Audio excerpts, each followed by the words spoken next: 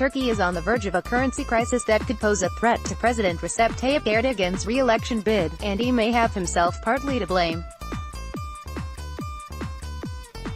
Turkish lira is down almost 24% against the U.S. dollar this year, and has dropped 16% since the beginning of May, according to FactSet data. Erdogan last month called for an election on June 24, nearly a year and a half ahead of schedule, in what was seen as a bid to capitalize on his popularity and consolidate power. Erdogan has widely been expected to prevail, but the question now is whether the recent lira rout has damaged President Erdogan's polling numbers, said Phoenix Kalin, emerging markets strategist at Societe Generale. Some polls show the opposition gaining traction, she said, which could lead to a surprise outcome. Check out, here's why Turkey's snap election won't solve all the lira's problems. We believe that an opposition win of the executive presidency would spark a phenomenal rally in the lira, possibly reminiscent of the South African rand's transcendent appreciation in the 2 months following Cyril Ramaphosa's December 2017 victory at the ANC elective conference. The rand USD ZAR, 0.4541%, rallied 1.9% in the first half of February, when former leader Jacob Zuma stepped down and Ramaphosa took over. The lira USD TRY, minus 0.2570%, dropped in part due to Turkey's weak economic fundamentals, including its double-digit inflation numbers, which have only gotten worse amid the lira depreciation, as well as its reliance on foreign funding in a rising U.S. interest rate environment that is making its dollar-denominated debts more expensive. Rising oil prices have also weighed on Turkey's economy and its currency, as the country is a net oil importer.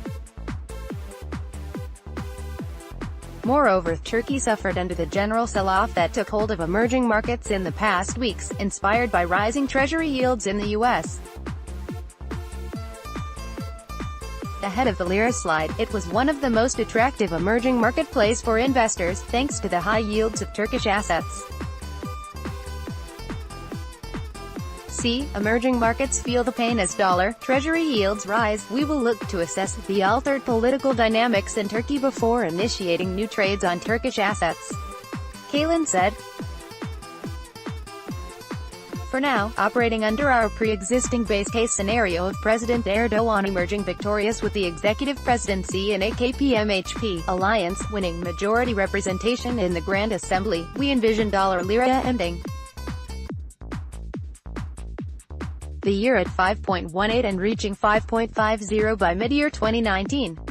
For reference, that would be another 10 to 17% drop for the lira, given Thursday's level where $1 bought 4.7006 lira.